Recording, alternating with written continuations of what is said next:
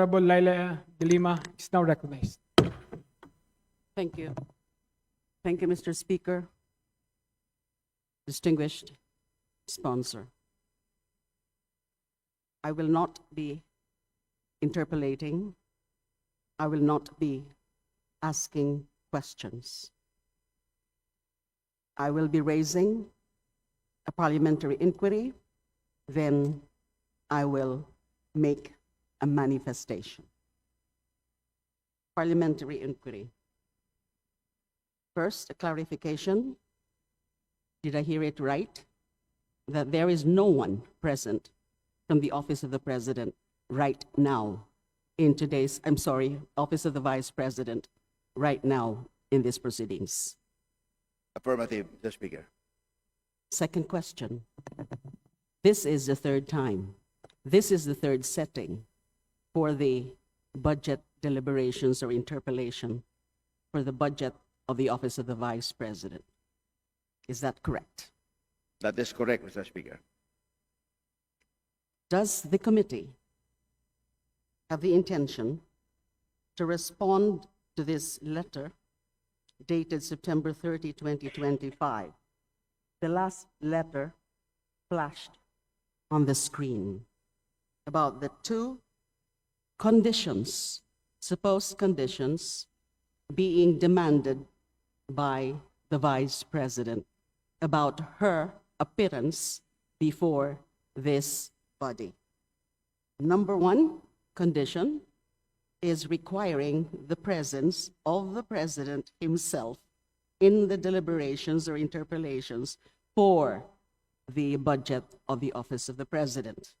And number two, requiring the lifting of the Immigration Lookout Bulletin for 7 officials of the Office of the Vice President from the list of the Department of Justice.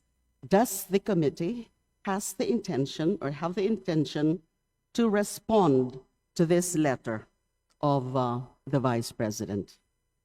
Mr. Speaker, the committee will no longer respond to this letter, being the last day today. And I think that should be the right action on the part of the committee. Let me say for the record, Constitution, at least respect the Constitution of the Republic of the Philippines. The whole budget process is something that is being directed and recognized by the Constitution itself. So disrespecting the budgetary process of this body is a clear case of disrespect of our Constitution. Who is she to continuously disrespect or show disrespect to this body as an institution and to the Constitution?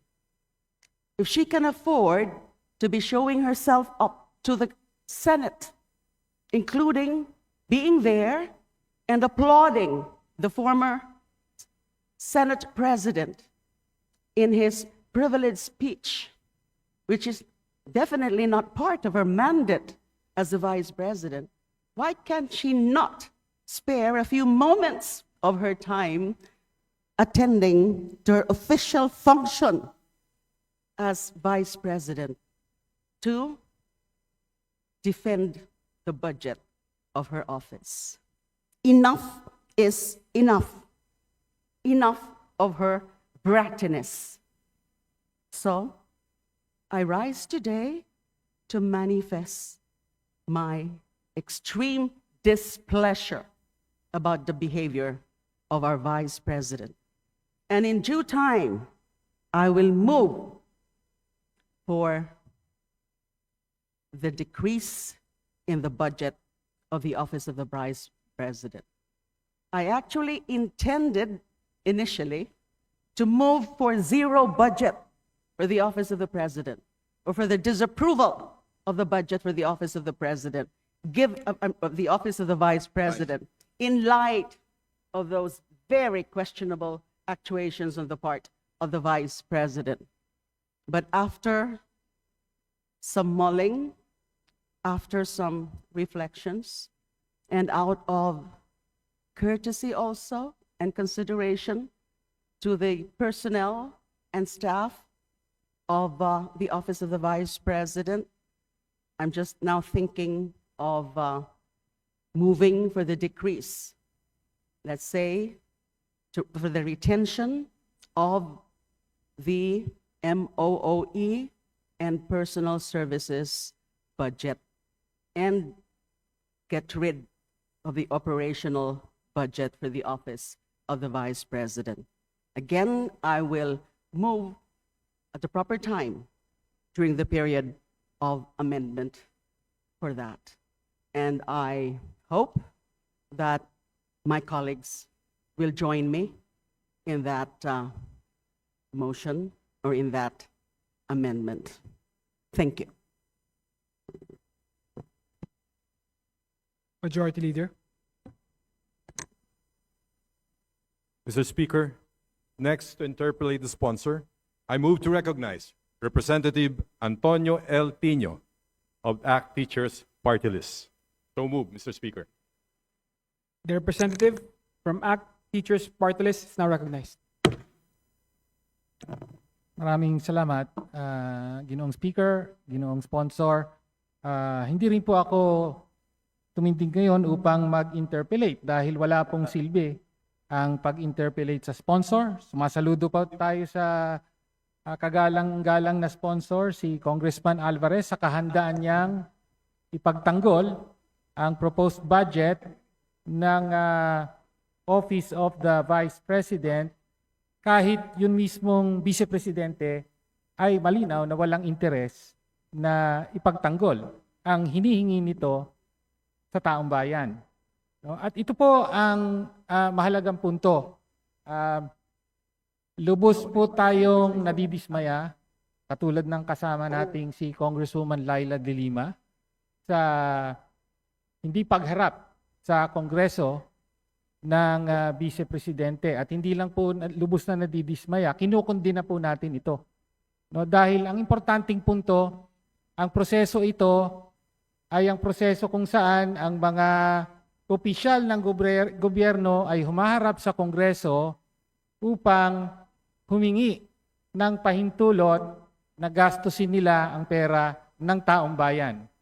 No, ito po ang kahulugan ng deliberasyon na nagaganap nitong mga nakaraang linggo.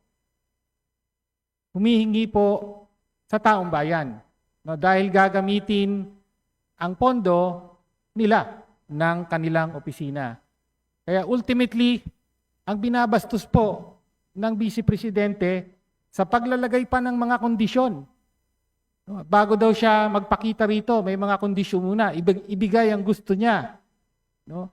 Ang binabastos po niya dyan, hindi lang po itong institusyon ng Kongreso, hindi ang konstitusyon, kung hindi ang taong bayan.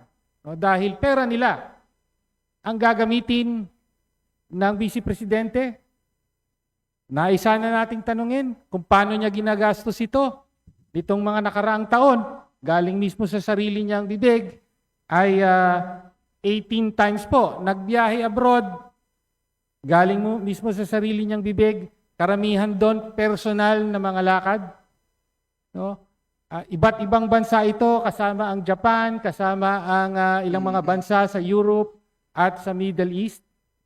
No? Gusto po sana nating tanungin dahil nanggaling din sa opisina niya mismo na gumastos ng total of utilization for international travel ay 7.473 million pesos at total for domestic travel 13.207 million pesos for a total of 20.8 million pesos sa mga travel ng Vice Presidente. Dinidiin po niya ron na kahit na personal ang lakad niya at kapag personal ang lakad niya, yung pamasahe daw niya at personal na gastos, hindi daw galing sa pera ng taong bayan. Pero inamin din niya na dahil siya ay vice-presidente, ay kailangan pong bayaran ng taong bayan ang pasahe at iba pang gastusin ng kanyang staff. No, whether yung kanyang security or yung staff ng Office of the Vice President. At higit sa lahat, Mr. Speaker at ginoong sponsor, siya lang po ang makakasagot nito. Hindi po kayo, kaya hindi na nga po tayo nag-interpellate. Ang nais po nating hingiin ay ang paliwanag mismo ng Vice Presidente na kahit pa personal ang kanyang lakad, tuloy-tuloy po siyang sumusweldo, no, mula sa pondo ng taong bayan. Second highest paid official of the national government ang Vice Presidente. Salary grade 32, umaabot po yan sa almost 400,000 a month, 398,686 a month. Yan po ang sweldo ng Vice Presidente, buwan-buwan. Ngunit sa kanya mismo nanggaling, madalas ay lumalabas siya on personal trips. Ang ordinaryong kawani po ng gobyerno ay, of course, hindi pwede gawin yon. Pag ginawa yon, sa minimum, bawas sa sweldo, sa maximum, pwede pang matanggal. Of course, Vice Presidente siya, hindi mangyayari yan. All the more, ang kanyang obligasyon at responsibilidad na kumilos nang isinasaalang-alang ang interes ng taong bayan. No? Gusto rin po sana nating tanungin ang Vice Presidente kaugnay sa kapansin-pansin na mababang utilization rate ng kanyang budget. No? For 2025, sa 744.14 million pesos na budget ng OVP, ni-report po na sa kalagitnaan ng taon, 34.3% pa lamang po ang nagagamit. At nang tanungin po natin, nung panahon ng budget briefing, ganito po ang sagot niya. Sabi po niya, ano po ang paliwanag dito? Yan ang tanong sa kanya. Yes, marami kaming procurement na tumagal. Hindi siya nasimulan by January, Madam Chair, yung procurement. So maraming mga procurement na June, July, August na nasimulan. Yun lang po ang kanyang paliwanag. Mabagal na procurement. No? Gitna na ng taon ay wala pa raw procurement. Ang expectation po sa lahat ng mga opisina ng gobyerno na ang isubmit na budget kailangang handa ng ma-implement by January. No? Kaya mataas po ang hinihingi natin sa ibang mga ahensya. Hindi po obra yung kalagitnaan ng taon pa lang magsisimula ang procurement.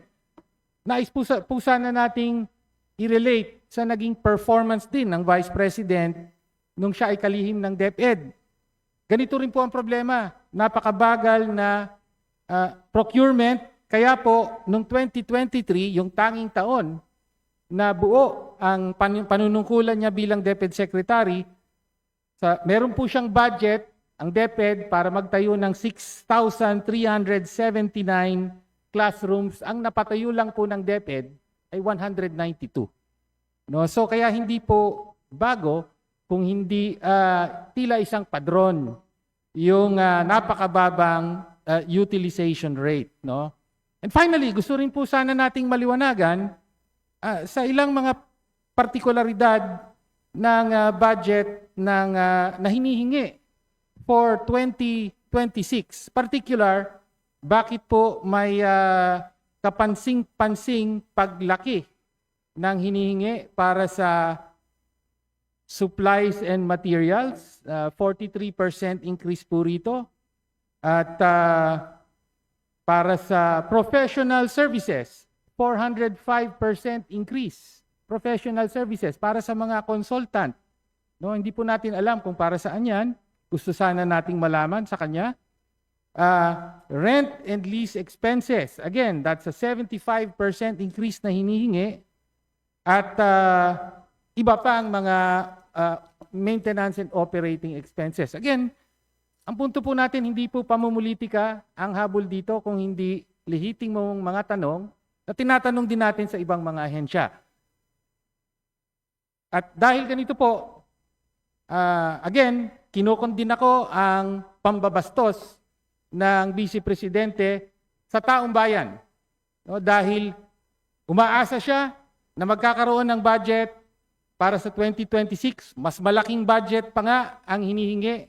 Ngunit hindi man lamang humarap sa institusyong ito upang panindigan at ipaliwanag ang hinihinging budget.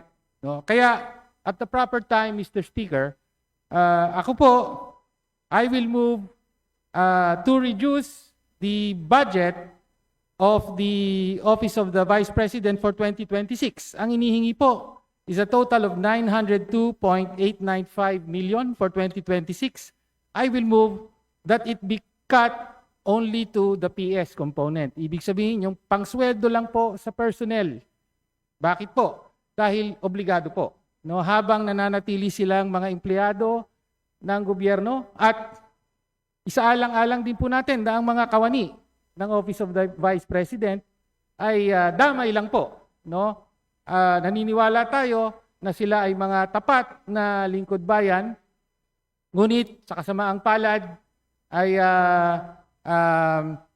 iba ang asal ng kanilang head of office. So I will move that the budget be reduced nearly to the PS of 198.8 million pesos at the proper time, since the head of office herself has not deemed it necessary to defend the budget proposal of her office. So yun lang po, Mr. Speaker at ginoong sponsor, maraming salamat.